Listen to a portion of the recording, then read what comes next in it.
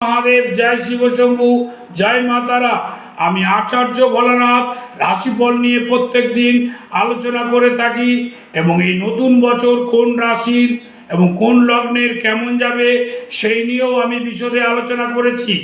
আজকে যে লগ্নটি নিয়ে আলোচনা করব সেটি হলো ধনু লগ্ন। আপনার লগ্নাধিপতি হচ্ছে দেবগুরু বৃহস্পতি। আপনার জীবনে যে সকল সাফল্য দেখতে পাচ্ছেন তা দেবগুরু বৃহস্পতির ফলেই প্রতিফলিত ঘটছে। আপনার গুরুবল প্রচণ্ড প্রবল। আপনি গুরু মন্ত্র অতি অবশ্যই প্রত্যেক দিন 108 বার জপ করবেন। পরিবারের সকলকে নিয়ে আপনার যে চলার চিন্তা ভাবনা আছে সেটা আপনি সাফল্য অর্জন করবেনই করবেন। পরিশ্রম ও বিচক্ষণতার দ্বারা যে সকল ব্যবসায়ীরা আছো তারা সাফল্য পাবেই পাবে।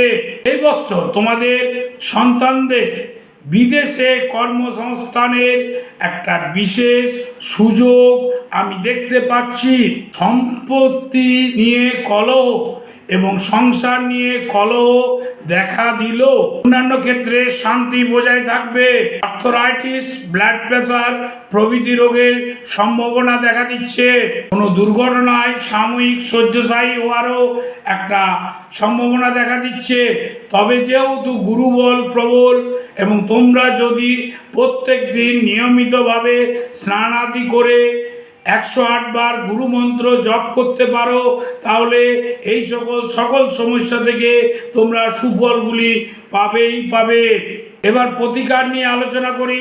প্রতিকার হলো প্রবাল অতি অবশ্যই কোনো অ্যাস্ট্রোলজারকে দেখিয়ে ধারণ করবে এবং তা ভালো করে শোধন করে নেবে এবং একটি নীলা ধারণ করলে খুব শুভ ফল দেখা দিচ্ছে।